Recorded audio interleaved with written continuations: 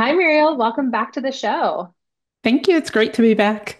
So let's start at the beginning. What led you to become an executive coach? And was there a moment when you realized that helping others break through their blockers was really your calling?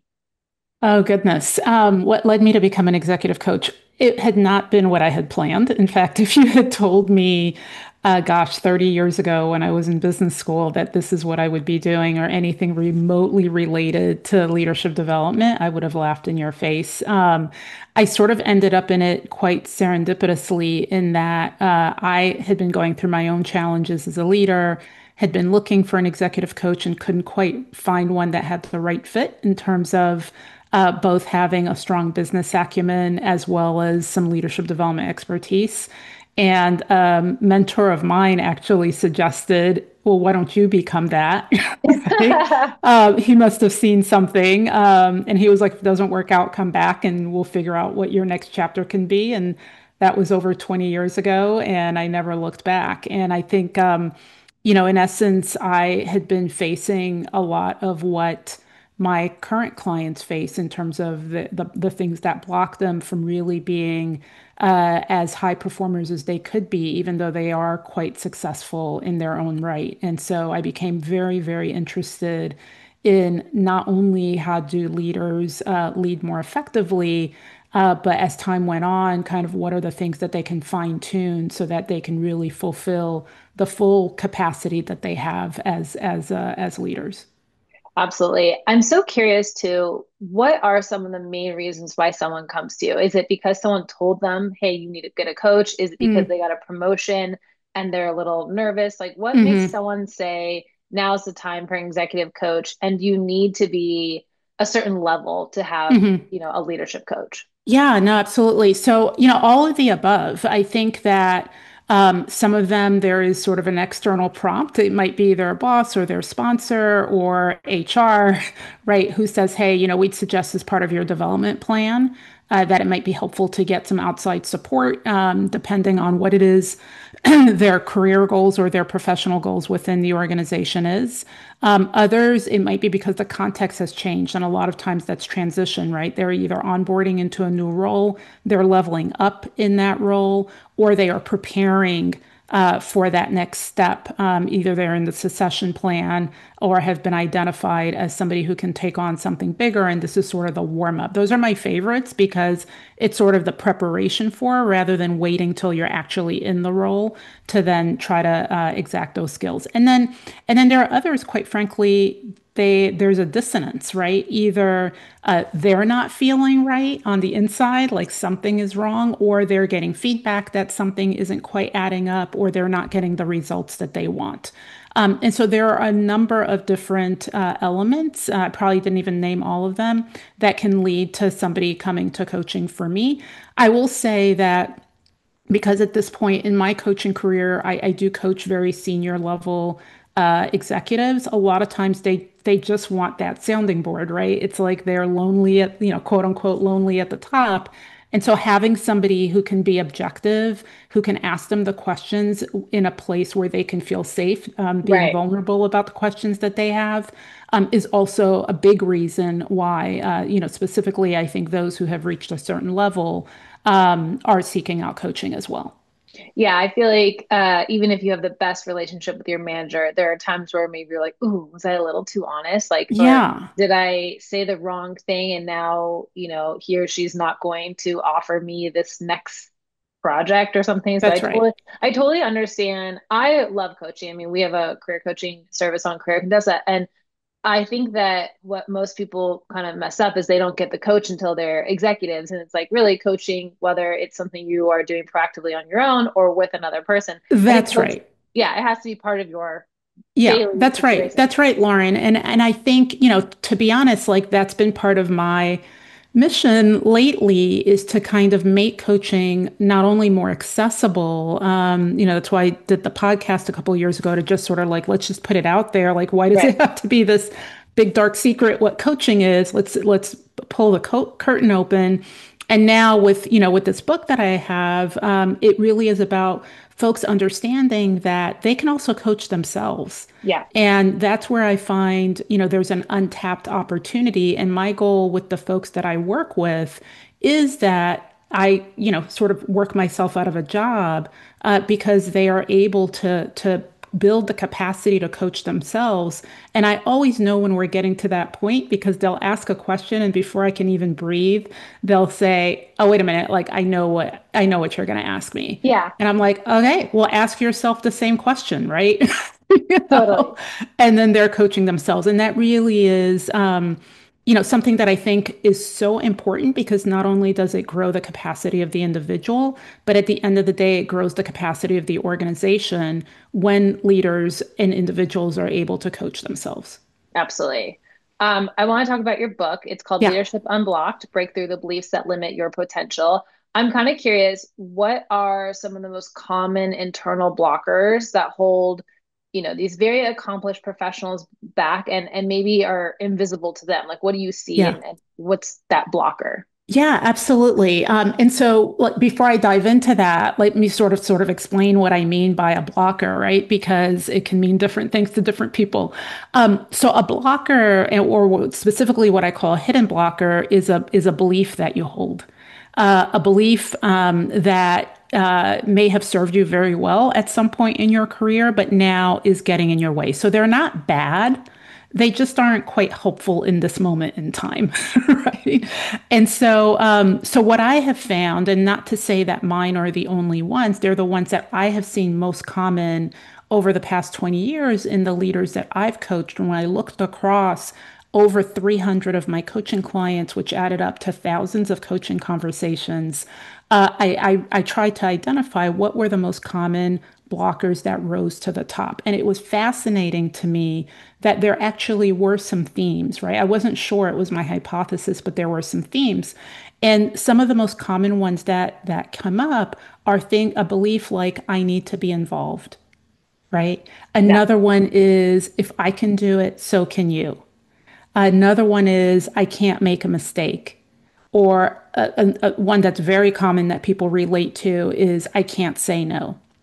And they seem so simple in terms of how they're framed, and yet they hold so much power in terms of how we behave and how we lead and how we go about our day to day work, often leading to some dissonance and some frustration, but we never kind of pinpointed that, like, oh, that's the root of why I'm not able to get the results that I want. Instead, we look at things on the outside of us that we think we can change to get to those results rather than these beliefs that we hold. Would you say that's the perception gap versus the skill gap?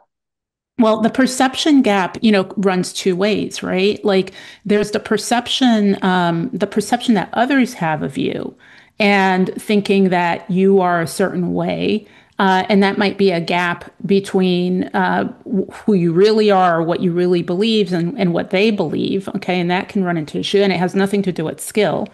But more importantly, I think when it comes to beliefs, it's the perception you have of yourself, right? And so the perception gap is when you believe that you actually are a certain way, even that you are, because a lot of these beliefs are learned. And I hear so many times people will say, well, that's just the way that I am. Well, actually, no, that's who you learn to be in order to feel valued and worthy and whatever all the things are that you get rewarded in at some point in time, and you're now carrying them forward now. So how you perceive yourself is based on your past rather than where you are now, and that's a perception gap. We tend to focus much more on skill gap, which is how we do things, which is the behavior. But in reality, yes, you can hone in on those skills and you can improve the skills. But if the beliefs that you have don't match the skills, it's not sustainable. Interesting. How do you recognize, like, how do you identify these things? Like, okay, I've got this blocker of I need to be involved, or I've got this perception gap. Like, how do you recognize and identify? Is there sort of like a step-by-step process? Probably not. Yeah, I mean, I think the first is like you have to be curious, right? You have to be curious about it. So first you have to even be aware that there is such a thing. And I think that's part of what I'm trying to bring into the vernacular. And Lauren, What's interesting to me is what I am framing here is not new. Like I will not take credit for this. It is, you read, a lot of parenting books, a lot of relationship books, a lot of books just in personal development and how to live your best life. They talk about these things, but for some reason it's not talked about in the workplace, right? It's like Mm. we shy away from getting on the inside. And we only focus on things that are on the outside when we talk about our professional lives. So the first step is understanding, like, no, no, no, no, no. Like, your inside game is at work too here, right? Like, you don't leave it at home. And so let's understand what this is. Oh, there's this little thing called beliefs that come before the behavior. And so if I want to change behavior or actions, I need to understand what my beliefs are. Okay, so let's understand that that's there. Right. Then we can start being curious about what those beliefs are. And I think the most critical way to make that happen is when you are not getting the results that you want, when you're feeling frustrated, when you're feeling like just not at your best, when things just aren't going the way that you think they should be going, you're kind of feeling a little off. That's the way I put it, right? You're feeling a little off. The first question you can ask yourself is, what am I thinking right now that might be leading to me feeling this way?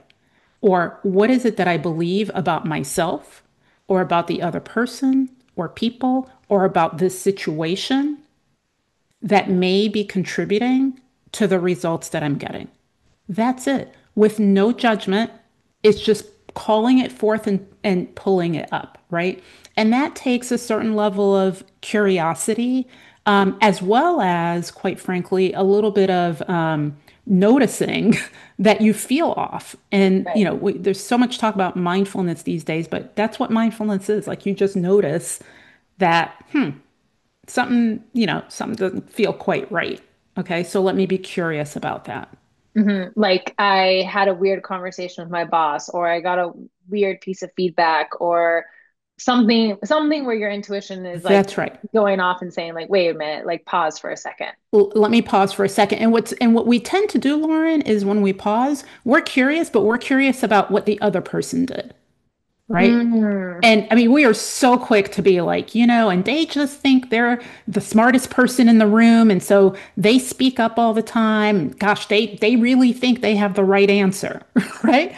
But how often do we sort of turn the lens on ourselves and say, well, wait a minute here. Like, I'm getting feedback that I'm speaking up a lot in the room and that I'm like sucking the air out of meetings. Like, what is it that I think about others or myself or the situation that then leads to me actually overtaking the meeting or always trying to solve people's problems, right? And it can be a little, quite frankly, I think a lot of my clients and myself too, like I do this on me. Sometimes you've got to be like, oh gosh, like, do I really think that? Which are things like, a belief that like you don't think people are up to snuff, right? Or that you have anything of value to say, right? So if you hold that belief, I don't have anything of value to say, what do you think is going to happen? You're going to get the feedback that you don't speak up enough in meetings. hmm Okay, so you have to sort of examine what's under the cover to then be able to change what's on the outside. Yeah, and using one of your earlier examples, like if one of your blockers is that you feel like you need to be involved in everything, and then you start to recognize like, oh, I'm micromanaging a little bit, or I can kind of sense that people are a little frustrated or irritated with me because I'm sort of in their soup, so to speak. Hmm. Um, you're saying this is a mindset shift where instead of sort of focusing on their reaction to you, you focus on like, what am I doing? Like, Exactly. why am I being so involved in this? And then maybe, that so we have something at work we call the five whys, where you basically ask yourself why five times after that. Uh-huh. So the answer would be like, why am I so involved in this? Because this is a really big project. Why is it a really big project? Because the CMO has said that this is important to her. Why is it important to her? You know what I mean? And you keep kind of trying to narrow in on like, what is the specific thing that is making you feel like you have to be so involved and so controlling in this thing versus where we started, which is they're just annoyed with me because I'm asking all these questions and it's That's because right. they don't know. Okay, so That's that's right. And it is, I'll thread that a little bit further. It's to ask the why or the what around the belief, not we're so prone to like be biased for action. So we're looking like, well, why am I speaking up? Why am I delegating? Why am I this? No, no, no, no. Like, what is it why am I believing that I need to be involved? And mm, what's underneath that? And usually what we'll find, is there's an origin story behind it, right? That you're holding on to. And so for the I need to be involved, which by the way is one that, pops up a lot for me, and I can laugh at it, but it's there, it's this hypothesis or theory or story that I tell myself that if I'm not involved, all hell's going to break loose. right. Okay. And so, might have there been situations where that's the case? Absolutely. Is it the case 150% of the time? No, it's not. Might it have been the case when I was an individual contributor responsible solely for putting together a PowerPoint deck? Absolutely. Is it the case now where I run a business and I have a lot of people to manage and clients, and I can't be all places at one time, and it's not where I add the most value? It's not helping me in that Mhm. situation. And that really, again, goes back to once you identify, this might be the blocker, this might be the belief, it's asking yourself the simple question of, is that belief helping me right now, or is it getting in the way? Because when it's getting in the way, it's similar to like having your parking brake on and you're trying to drive. Right. How does, once you make this mindset shift, how does it change the way either you lead or you show up at work? Like how I'm sure you've seen the before and after of this for people. And I'm sure it's not like, to your point, this like action oriented, flip switching thing, but over Mhm. time, what does it look like? What does it feel Oh, like? I mean, here's the beauty of it. I think it actually enables you to change action with a lot more ease than you were before, right? You're not resisting it because you're not just going through the motions. Like it's no different than, there actually, let me share some data on this. There was a study that was done where they took some hotel attendants, people who cleaned rooms in hotels, and when the folks worked, they did their work, they took their health stats, et cetera. Their physical baseline was not that great. When they told a certain sample of those workers, they told them, "Hey, do you know that when you do all this work on your feet all day and you're cleaning rooms, that's actually exercise?" So they started identifying their work with exercise. Simple mindset shift. Nothing changed, okay, in terms of what they did. Just the way that they believed or defined work. When they took their physiological results months later, those who had correlated their work being with exercise had much more positive health results than those who didn't. And Wow. so this mindset shift, what it shows is that the results the behavior stems from what you believe, right? I mean, you've probably experienced, Lauren, if somebody comes and pays you a compliment, you can sense those who actually believe that, you're worthy of that compliment because you sense it as genuine versus those who are just sort of checking the box, right? Right. Hmm. And that all comes from a belief if you were to kind of be able to go inside. So, what I see in leaders who sort of capture and understand that mindset plays a big role and that is one thing that they actually have full control over is I see that they're able to change their behavior a lot faster. They're able to do it more effectively. And most importantly, they're able to do it consistently, right? It's not a flash in the pan that all of a sudden they're being collaborative, okay? They're able to be collaborative across a lot of time and not just this one time when they remembered. Hmm. I, I'm kind of holding on to the compliment statement you just said because Hmm. I'm curious, what are sort of, I don't know, the subtle or not so subtle signs that someone might be over relying on external validation instead of developing this internal clarity, this internal mindset? I mean, you kind of talked about this a little bit earlier, where sort of what you've been told about yourself is also what you believe. So, what about Hmm. this balance of like external validation to internal clarity? And I'll give you an example. Someone in my life, they've been told often in jobs, like, you're not a good communicator, you're not a good communicator. And I definitely think that they believe in it and it becomes a little bit of a self-fulfilling prophecy because of that. Hmm. So, Hmm. yeah. So Yeah. what do we do? Yeah. So, I think it's a very, when it comes to external validation, because you'll hear a lot of people say, like, don't believe what other people say, and don't believe the feedback, etc. And I don't know. I think, look, you're not working in a vacuum. You're working with other people. So at the end of the day, are others going to be impacted by what you do? Absolutely. Do what others think about you matter to a certain extent? Yes, it does. But, that's just a world, and I'm a Yeah. realist. I wish I could change it, but that's not the case. So, the way that I think about external inputs and external validation, like even that word validation is an external input does not make you valid or not. When you think about what the word valid is, it comes from the word value. So just because somebody tells me that I'm not a good communicator, like to use your example, does not mean I am not of value. Right. But we attach that to our own worth and our own value, which we all need. And so when we think about external inputs, the way that I think about it is there's a very thin line, but a very important one between wanting external validation and needing external validation. Let me show you the difference. I have, we'll talk about this book, right? I have this book. So, wanting external validation. Do I want people to read it? Do I want good reviews? Will it be nice? Yeah, that'll feel really nice. Do I need it to believe that my book is of value and what I have to say is important and that I think, it's a pretty good book? No, I don't need it for that. Okay. But do I want it? Of course, it feels good. Why not? But I don't need it to determine and define my worth. Right. That's the difference. And so I think when you're in the workplace, of course you should seek out, what others think, because again, you're not working in a vacuum, but don't define your whole identity and your whole worth and what you bring to the table based on what other people think. Like it has to be a balance. And so when you ask, how does one know?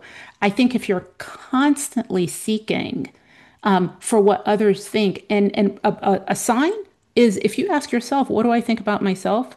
And you can't answer that, or what do I value about myself? And you can't answer that, or what did I do that was off here and you can't answer that, right? Then that's a sign that you don't have this internal signal that can internally validate you, and that's an input just as much as an external input is.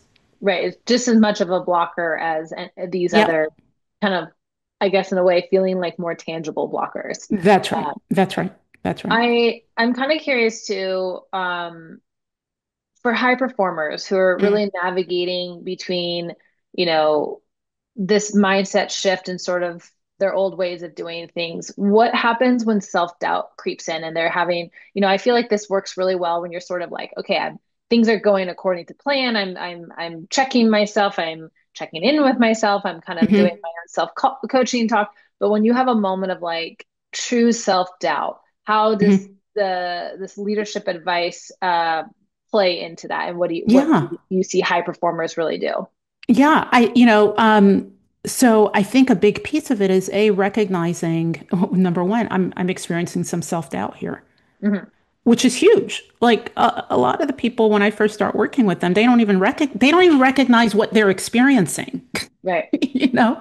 And so part of it is just being able to say, "Yep, I'm having self-doubt here. I am having self-doubt here." What is it that's leading me? Again, be curious. What is it that's leading me to having this self-doubt? Oh, so and so said this to me. Okay. Okay. So now there's a decision point. And this is where it's having agency. When I work with folks, it's not so much like, oh, you need to change the mindset, right? Like, if you are good with experiencing your leadership in this way right now, which is the way you articulated is in self-doubt, then we don't need to do anything differently. Okay. But if you're like, I'm feeling self-doubt, I need to feel a bit more confident going into this meeting. Then the question becomes, what would you need to believe to feel more confident? Because if we explore the self doubt And and we ask the same question, what is it that you're believing that's making you feel some self-doubt right now? It could be anything, right? It could be, I don't think what I prepared is really helpful. I don't think they value what I have to say, but that puts the onus on them. It could be, I'm just feeling really tired, and I believe that when I'm tired, I can't perform at my best. Okay, so what would make you feel more confident? You know what? I'm just going to believe in this moment that I'm going to do the best that I can, even though I feel tired. So, by the way, Lauren, this is not about like making stuff up and like let's say it's like I feel like when I'm tired I'm not well prepared. It's not all of a sudden saying, well, you're not tired. No, no, no. Like you are tired. Okay, but focusing on what it can do in terms of the lack of preparation isn't helping you, and it's creating the self-doubt. So you can say, yeah, I feel tired, I don't feel prepared, and I also believe that I can go in and do the best that I can with what I have, which Yeah. is also a belief. So they're very malleable, is what I love about it, right? Yeah. It's really interesting. I have a really big meeting on Friday with Mm, the executive team at my company, and it was a question that was like kind of selfishly I was asking sort of myself because I've been feeling really nervous, but to turn that back on myself, like I have a really good document prepared. I feel prepared.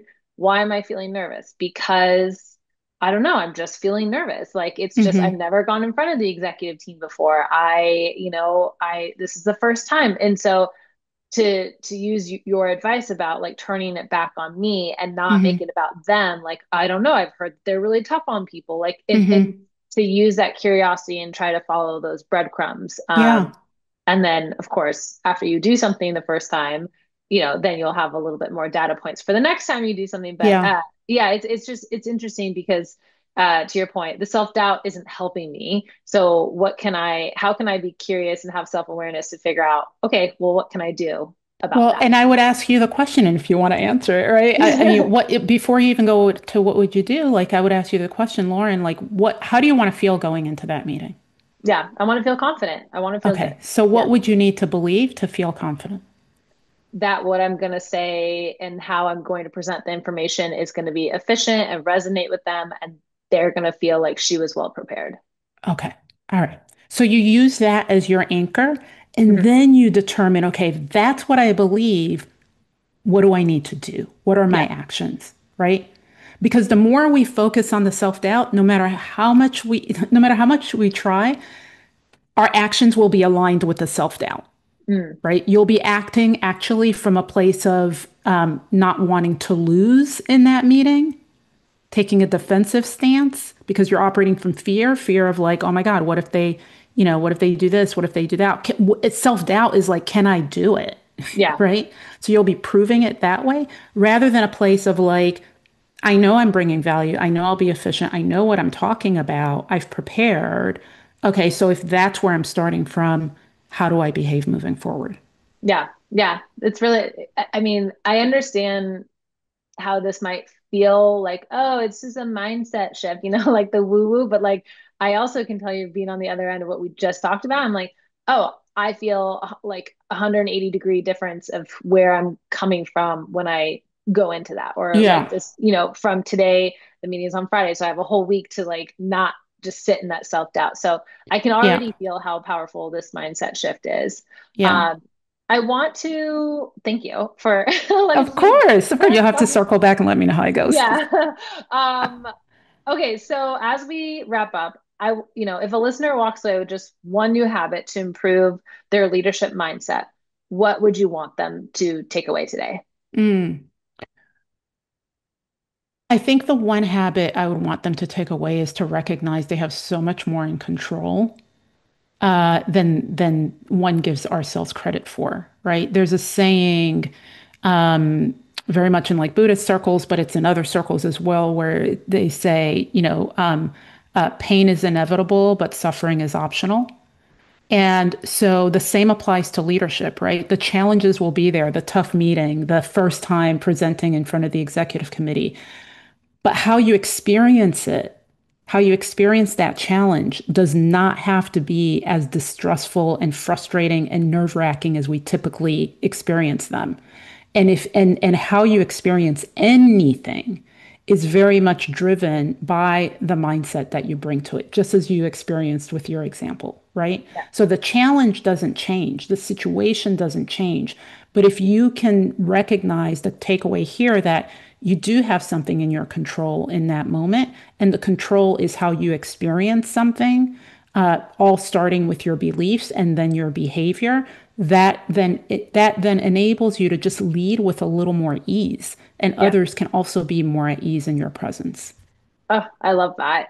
This has resonated so much. Okay, your new book is called Leadership Unblocked, Break Through the Beliefs That Limit Your Potential. We'll, of course, put it in the show notes. I also will link to our first episode for anybody who's interested in learning more from you. And then you're not doing the podcast anymore, but your podcast is still great and very much like I relevant. still am doing the Oh, podcast, you are? actually. Oh, okay. Okay. Sorry. So I'm busy, tell busy. Yes. you are busy, busy. So tell everyone where they can learn more about you, follow your work because it's Sure, fantastic. Yeah. absolutely. I mean, so all my things are at murielwilkins.com. So you'll find about the book, the podcast, and you can follow me on LinkedIn at Muriel Wilkins, and then on Instagram at Coach Muriel Wilkins. And the book is available wherever you get your favorite books. So please check it out. Yes, and the podcast is called Coaching Real Coaching Leaders. Real Leaders. Yeah. Yes. So I'll also put that in the show notes. Muriel, it was so nice to reconnect with you today. Congrats on the book and thank you so Thank you. much for today. Thank you. Thank you, Lauren.